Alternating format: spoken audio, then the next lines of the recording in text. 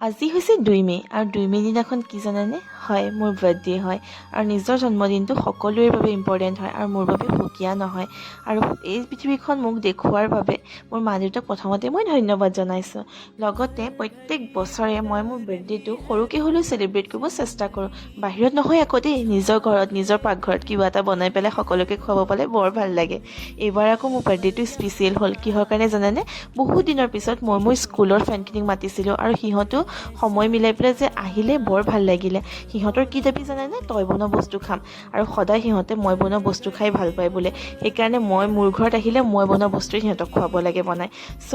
ভাল পালে বোলে বনাই খোৱালোঁ সৰু সুৰাকৈ কিবা অকণ আৰু বহুত বেছি ভাল লাগিলে কাৰণ মাহীহঁতো আহিলে বৰমাহঁতো আহিলে আৰু সিহঁতো আহিলে মোৰ এই বিশেষ দিনটো যে আৰু বিশেষ কৰি তুলিলে তাৰ বাবে সিহঁতক বৰ ধন্যবাদ আৰু এনেকৈ যাতে জীৱনটো হাঁহি ফূৰ্তিকৈ কটাব পাৰোঁ আপোনালোকেও আশীৰ্বাদ কৰিব নাপাহৰিব তেনেহ'লে আন এটা নতুন ভিডিঅ'ত লগ পাম